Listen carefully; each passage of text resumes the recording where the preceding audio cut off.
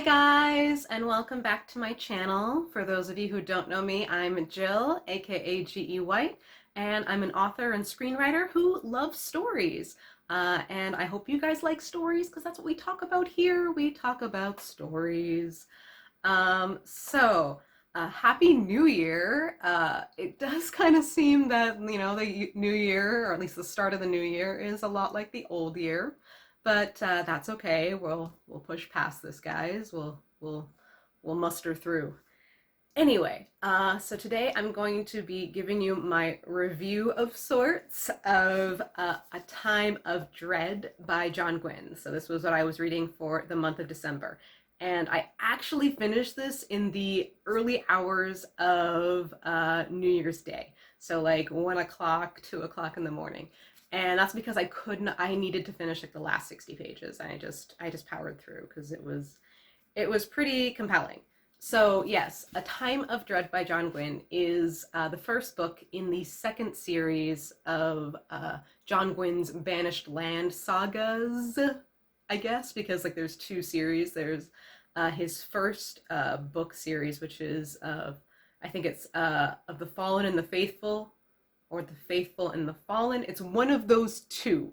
And A Time of Dread is the first book in the series, which is called Of Blood and Bone. And let me tell you, I am really, really enjoying this. And I'll tell you why. Because I have discovered something about myself, which is I love dark fantasy. So for those of you who aren't aware, dark fantasy I would probably define as a high fantasy with elements of horror in it. So a Game of Thrones would technically be a dark fantasy, though I do kind of feel that there's not as many moments of horror in it as there could have been. But like you see it obviously within the White Walkers and stuff like that, and they talk about things that I'm like, I want to see more about those, like giant ice spiders and human sacrifices and crazy shit like that. Anyway, so I found that this series really delivered.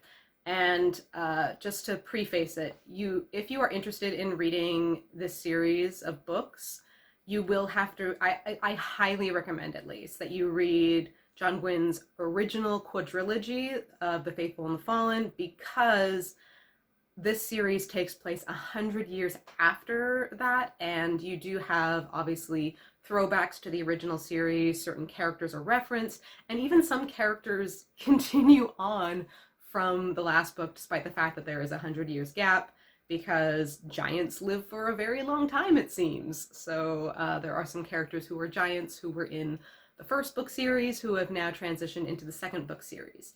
So yeah, do keep that in mind. Plus, a lot of the events that happened in the first book series have obviously a huge impact on what is happening in the second book series. And I'm trying not to be too descriptive with what is happening, just in case you haven't read them.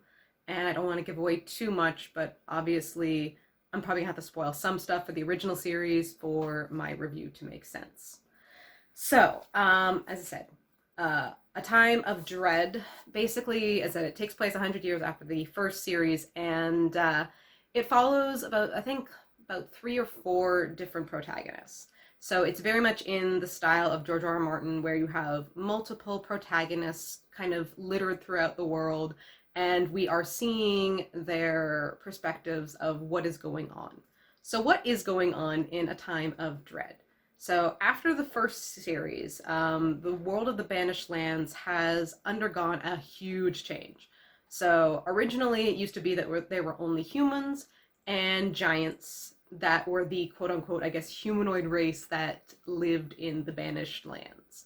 So there were obviously other creatures, like they had drags, which were like kind of like salamander, like dragons, wingless dragons.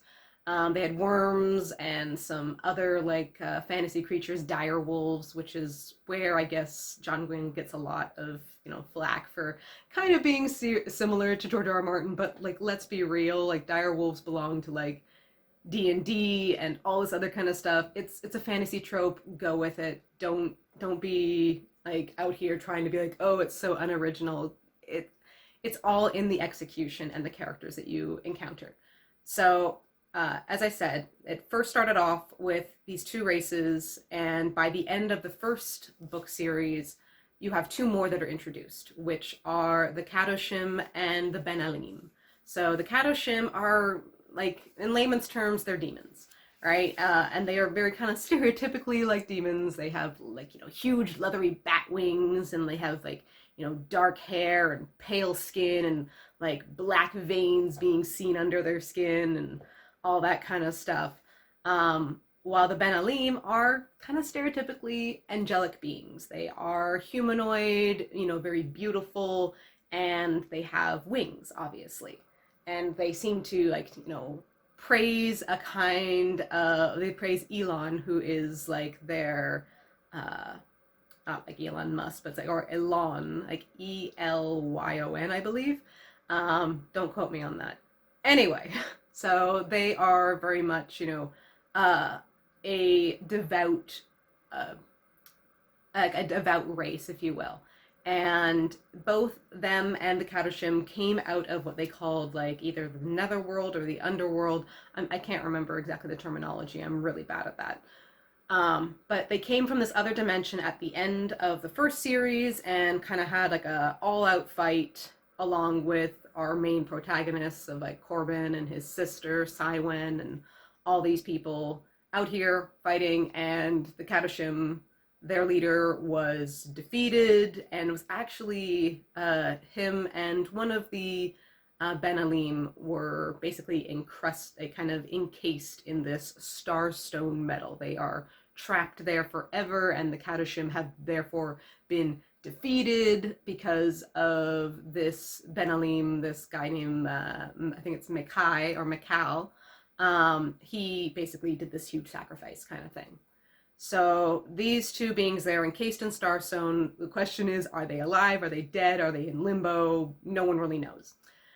Anyway, since then, the Ben Elim have basically kind of been taking over. And why you might not think that's a good thing, it's definitely not. It is very much a religious, like, manifest destiny. They have been, taking all these different, tribes and, trying to keep peace, but also through, like, kidnapping some of their kids and, like, holding them hostages, saying that they're like wards and they're going to, like, raise them in, like, Elon's light and basically then send them back to their people to kind of, keep an eye on them and try and create this kind of almost empire of, of the Ben Elim and their teachings.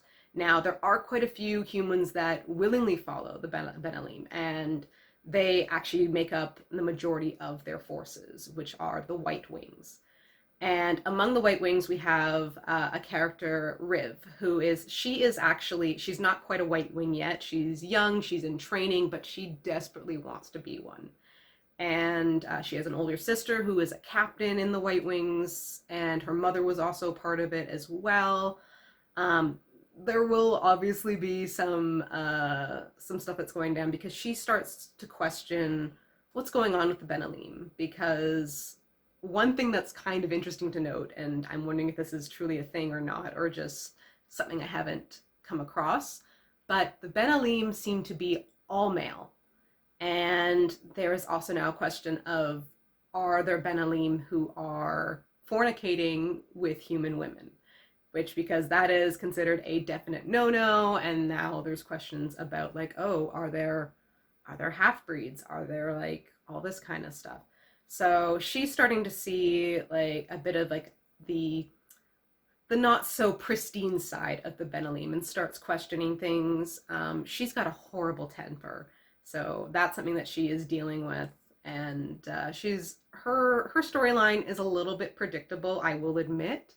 But she's still interesting, and I'm curious to see where this is going to go.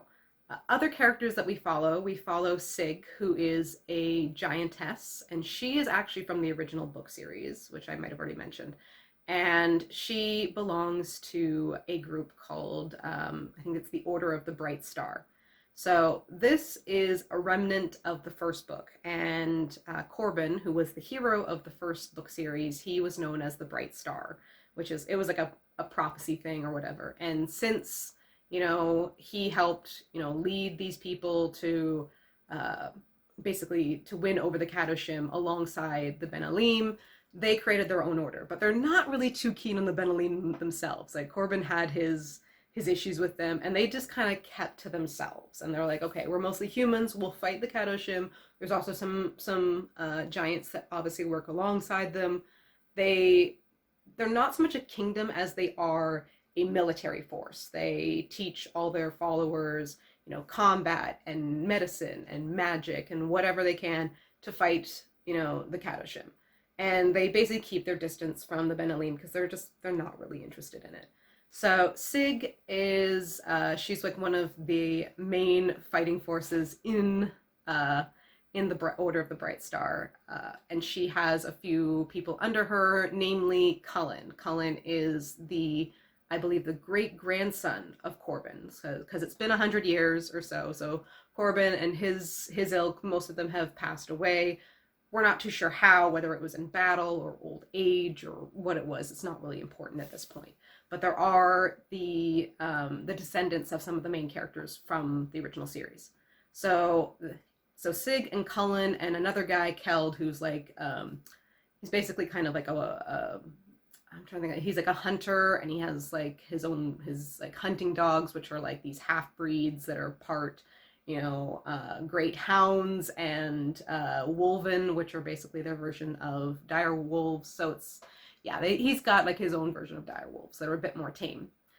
And the three of them, along with like some other warriors, are basically going out and trying to track down any Kadoshim that are still lingering around since this big battle back in the day. And obviously, as they are doing this, they slowly start to discover that the Kadoshim are not as dormant as they believe them to be.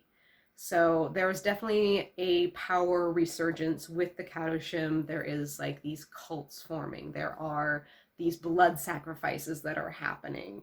And this is where I guess like the dark fantasy comes in. There's also later on they start talking about like human experimentation and like, crossbreeding all these different like creepy creatures. So you're getting like what they call ferals, probably like wolfmen, that kind of stuff, but it's pretty disturbing. Anyway, so those are two of the main kind of factions that you're following, but the main one I find the most fascinating is Drem. So Drem is kind of your everyman for this series. He is a young trapper, about like 22-ish or so, and he's basically just lived with his dad most of the time, moving from town to town, and living in the wilderness, trapping, small game and selling it, whether to tanners or for meat or whatever. And he's had a very simple life growing up. However, things do start to change as, they start noticing, some people that they knew who were also trappers have gone missing, and then they find their bodies, and it's pretty gruesome. And there's questions like, was this a bear? Was this human? Like, who's killing these people? It's very much a mystery in that kind of sense. And obviously, with Drem being probably, I would definitely call him the main character of this series. He gets the most chapters, I'm certain of it. And despite the fact that he is quote unquote the everyman, obviously there is a secret behind Drem's, his lineage and who he is, who his father is, why they're in the wilderness. I'm not going to say exactly what it is. I don't want to spoil too much, but obviously there is something going on with Drem, that he is more than just a trapper's son. So he gets kind of embroiled in this whole thing, and it goes pretty bad pretty fast. As I said, it's very dark in some respects with the human sacrifice and the human experimentation and all this kind of stuff that Drem and Riv and the other characters, Cullen, Sig, and Bleda, I think his name's Bleda, are discovering. So Bleda, I'm just quickly he's another point of view character that we get, and he is a ward of the Benalim. So basically he was part of this kind of basically these travel, like these nomadic people who were archers and all this kind of stuff, and they were at war with another group who were also like kind of lived in like the plains field, horse lords, that kind of stuff. And he was taken as a very young child after seeing his siblings basically being killed, and was taken to kind of secure the behavior of his tribe, and also to be brought back eventually as the leader of his tribe, but also under the Benalim, and kind of keeping them in, I guess, in line.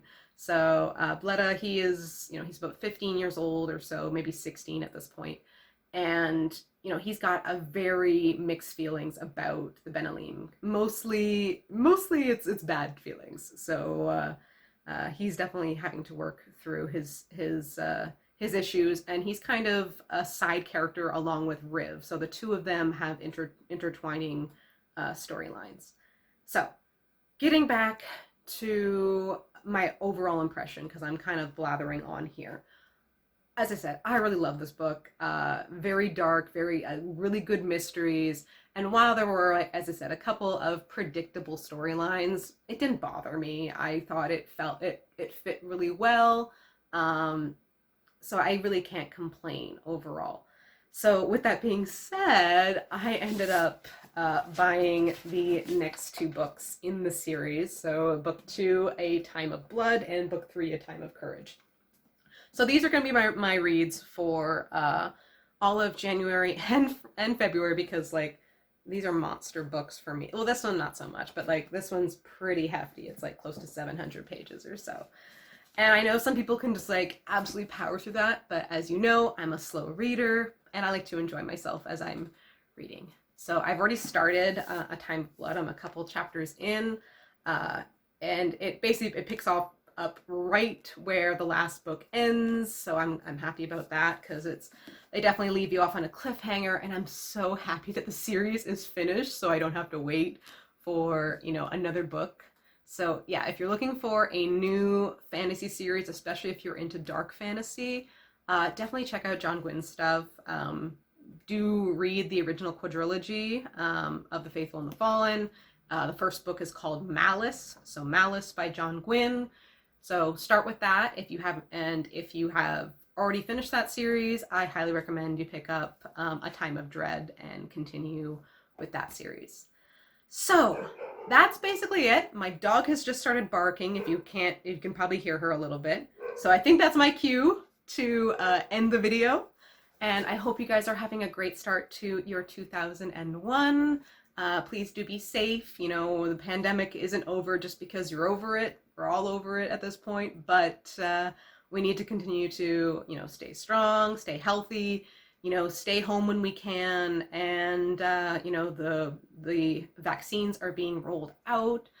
We will get through this, and I'm really looking forward to being able to go out to bookstores and to conventions and all the things that I miss, restaurants and movies and all that stuff.